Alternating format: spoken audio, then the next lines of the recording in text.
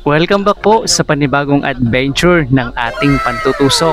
At dahil wala na tayong stock na pangulam, eto ulit tayo sa tabing dagat kasama ng ating mga tropa. At doon nga pala sa mga nagtatanong ng diving suit na ginagamit ko, ilalagay ko po dyan ang link kung saan ko ito nabili. Pindutin nyo na lang yan para makabili din kayo ng ganitong quality. At eto na nga mga katusok, kahit kahulihan tayong lumusong, ayan, may dalawang samaran agad. Inuna ko tong isa kasi maganda yung pwesto niya. At bago ako mag-reload, binalikan ko muna yung isang samaral. Ayun, sumuksok lang oh. Ayos, buti na lang mabait. Ayan, reload muna tayo ng isang mabilisang reload. Pagkatapos, ayan, binalikan na natin. Hindi ko na muna tinanggal sa tunod yung isang samaral. Kaya lang, medyo nahirapan ako dahil humaharang sa paningin ko yung samaral na nasa dulo. Sinigurado muna natin kasi baka mamaya pagkalabit ko ng trigger, hindi pala nakatutok yung dulo ng tunod. Sayang naman. Oh no! Pwede naman oh, dalawang magkasama. Ang swerte natin, samaral agad, dalawa. Pero maswerte tayo dito. Tusok ang banahan ka. Amazing! Ayos, may kalahating kiluhin na ito mga katusok. Ang tawag nga pala namin yan sa Quezon ay sibungin. Pero ang karaniwang tawag dyan ay lapu-lapu. Tatlo. Amazing! Eto na yung pang-apat yan mga katusok. Pinaghabol tayo sa buhanginan. Tusok kang samaral ka. Amazing! Ayos ang lapad. Pero nag-ikot-ikot yan sa tunod. At nakatanggal. Yun. Grabe. Buti na lang may katabi tayong katusok. Nung nakita niya na nakawala yan at nakatutok naman yung flashlight ko kaya maliwanag na kitang-kita, hinabol niya yan. At dahil medyo mahina na, yun, tinamaan niya. Pagkatapos ay yun, dinakot na niya kasi parang makakawala pa dun sa tunod niya. Ayun oh, ang lapad ng samaral. Eto, malapad din. Yung isa hindi na natin na-videohan, pero yung isa, tusok kang danggit ka. Ayos, nakadalwa tayong malapad na danggit. Hara-hara ay. Eto pa, malapad din. Eto naman yung hinog na paborito ni Baby Tusok. Ayun, Tusok. Ayos, nakahinog na tayo. Mamaya hilaw naman ang magpapakita. Pero dito muna tayo, samaral, tapos danggit yung nasa unahan. Tinusok ko lang muna, hindi ko muna kinalabit. Pagkatapos, dito natin kakalabitin para siguradong hindi makakatakas. Ayun, Tusok. Ganda ng tama. Tapos tatlo agad. Eto naman, gagamitan natin ng blinker para siguradong tusok. Ang laki pa naman, sayang kung makakatakas yan. Yare. Pusit. Amazing! Kapag nga pala pusit mga katusok, ako lang yung kumakain sa amin kaya binebenta ko lang yan. Pero itong mga gantong hinog, pang-ulam lahat yan. Ang laking tipid kasi kapag nakakapanghuli ng pang-ulam kaysa sa bumili. Lalo na yung mga ganto kalalapad na samaral oh. Yun, sumusugod pa. Hinanapan muna natin ng magandang pwesto bago natin tinusok. Sayang kasi kung basta-basta tutusokin at sasablay lang. Lalo na ito, hindi dapat sablayan. Tusok kang lapu-lapu ka. Ang ganda ng tama mga katusok. Mas malaki wari ito dun sa una nating natusok. Pero yung mga ganyang lapu-lapu, mabilis manghina yan. Hindi katulad ng ibang mga grouper. Dalawa. Amazing! Ayos. First class. Ganahan. First time nating makahuli ng ganyan sa lugar na ito. Eto, malaki din oh. May kalahating kiluhin. Ayun, tusok. Ang ganda rin ng tama. Pero kahit maganda ang tama, hindi naman natin basta mailabas kasi masikip siya dun sa butas. Kaya ang ginawa ko ay binuklat ko na lang muna yung bato para mailabas yung isda. Ang laki oh. Mangot-kot. Pero dito sa Marinduque ay hindi mangutkot ang tawag dyan. Eto pa isa, grabe, ganun din kalaki. Ayos, nakadalwa na tayo. Siguro may kalahating kiluhin yung isang peraso. Napakasarap na isda nga pala niyan mga katusok. Parang first class na rin yung lasa niyan. Lalapad. Mangot-kot. Eto naman, manitis ang tawag dito sa Marinduque. Pero sa amin sa Quezon, sa may parting Kalawag, tinatawag namin yang yanggutan. Na kapag ka tinagalog mo, yung yanggut ay batang kambing. Pero ito, hinog ang karaniwang tawag nila kasi kulay dilaw. Yun, may naligaw na tusok kang lobster ka. Ayos, mga first class ang ating pangulam. At eto, may samaral na ulit, nagpahabol pa. Tusok kang samaral ka. Biglang humarang.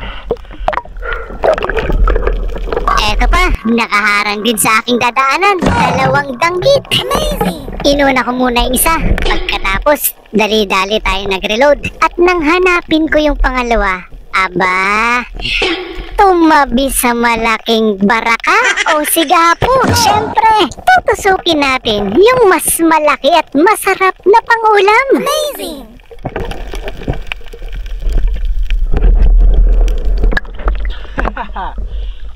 Naging para kayo danggit. Paglangoy ko nga pala sa may bandang una-unahan, ayan, inabutan ko si Katusok Ramil. Meron siyang sinusungkit doon sa ilalim ng butas kaya tiningnan ko, pugita pala mga Katusok. Ayun oh, ang laki. Amazing! Kaya habang nagpapahinga si Katusok Ramil doon sa itaas, ay sinungkit-sungkit ko para sana lumabas. Kasi ganun ang karaniwan nating ginagawa. Kapag sinungkit mo yan, lalabas yan dyan sa butas niya. Pero napansin ko, kaya pala ayaw nang lumabas nung pugita. Parang masama na ang tama niyan. Kaya pala namuti na. Kaya naman pala hindi na makalabas mga Katusok. Na-stroke na yung pugita. Kapag kaganyang wala ng buhay, kahit anong kakikiliti dyan, manhid na yan. Kailangan na yung pwersahin para mailabas pero hindi na natin naintayan. Naghanap na tayo ng matutusok natin na pangulam. At eto, grabe, ang swerte natin dahil 6 na danggit ang nagpakita sa akin. Ayan, etong 4 na magkakahanay ang ating pupunteryahin.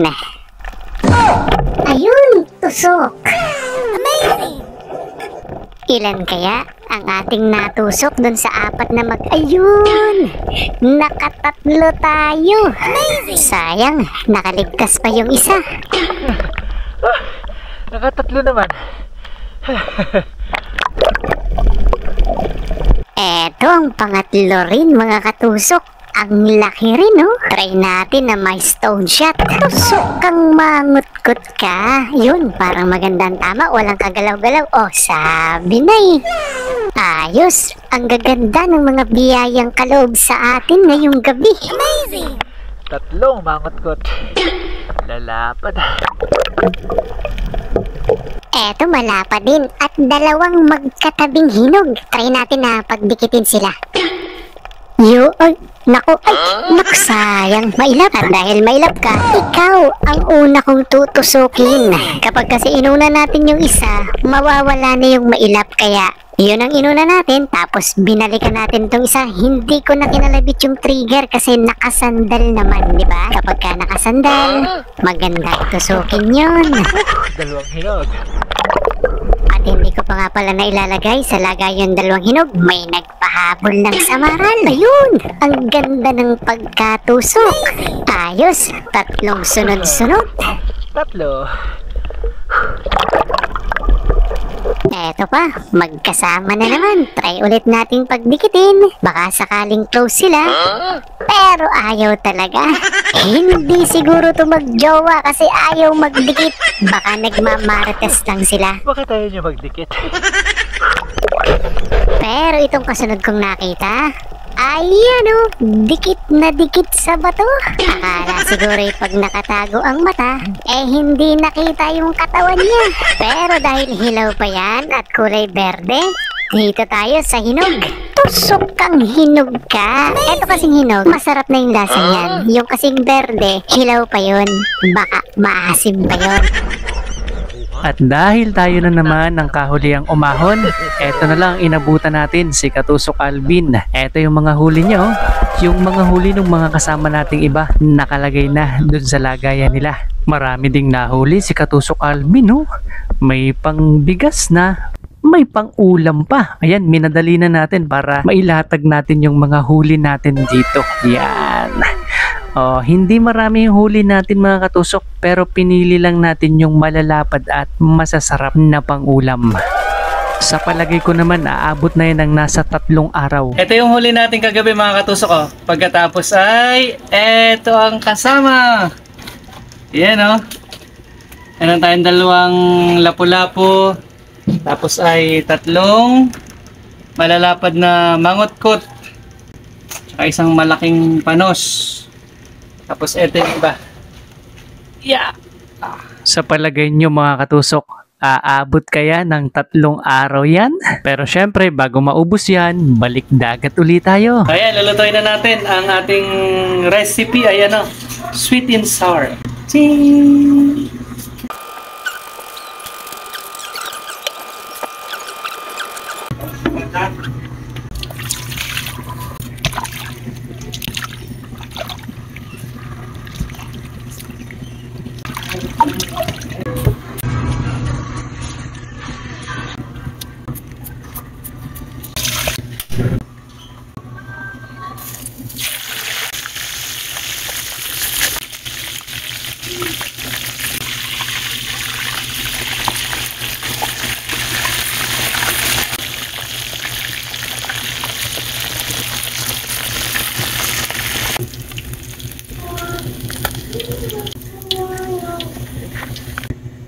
Hindi nga pala ako eksperto sa pagluluto mga katusok, kaya etong recipe na paraan ng pagluluto ko ay pacham-cham lang, pero sa bandang huli sigurado naman masarap ang resulta niyan.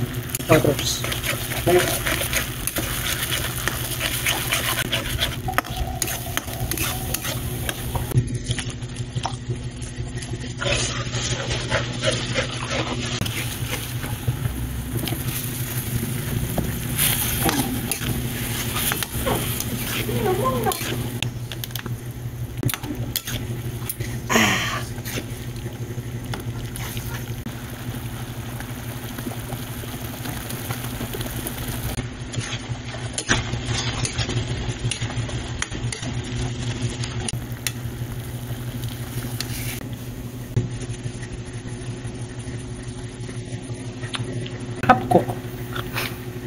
Parang masarap na. Ang sarap pala ito. Grabe ang sarap pala ito sa, sa sweet and sour.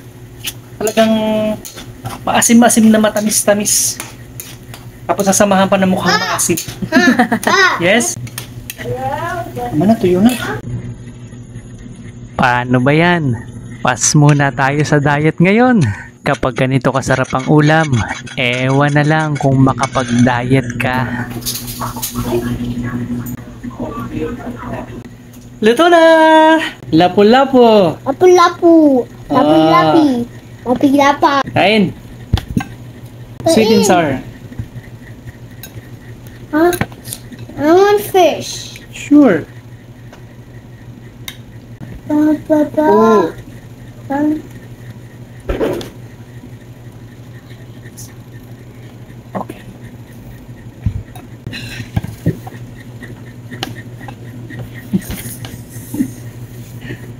Okay. Pray. Amen.